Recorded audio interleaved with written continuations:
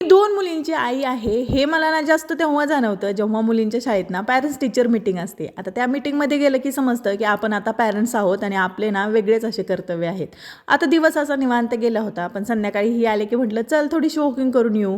आणि वॉकिंग म्हणलं ना की हिचा एवढा फेवरेट म्हणजे गोष्ट आहे ना, थोडंसं वॉकिंग करून लवकर घरी आलो होतो कारण की संध्याकाळी बाहेर जायचं होतं.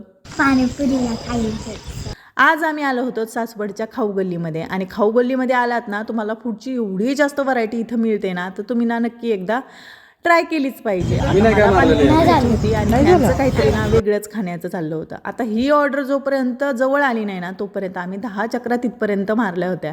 आता ह्यांनी ह्यांचा पिझ्झा ना एन्जॉय केला आहे, पण मला आजकाल ना पिझ्झा खाण्याची अजिबात इच्छा नसते. मला तर पाणीपुरीच खायची होती.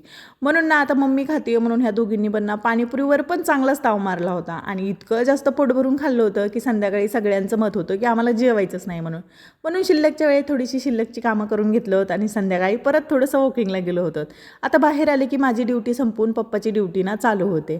उद्या ना आऊच्या शाळेत कार्यक्रम आहे आणि तिला साडी घालायची आहे म्हणून तिच्यासाठी ना एक साडी सिलेक्ट करत होते आणि बरीच कन्फ्युजन नंतर ना एक साडी तिच्यासाठी मी सिलेक्ट केली. तर चला आजच्या पुरतं एवढंच, भेटूया नेक्स्ट व्लॉगमध्ये.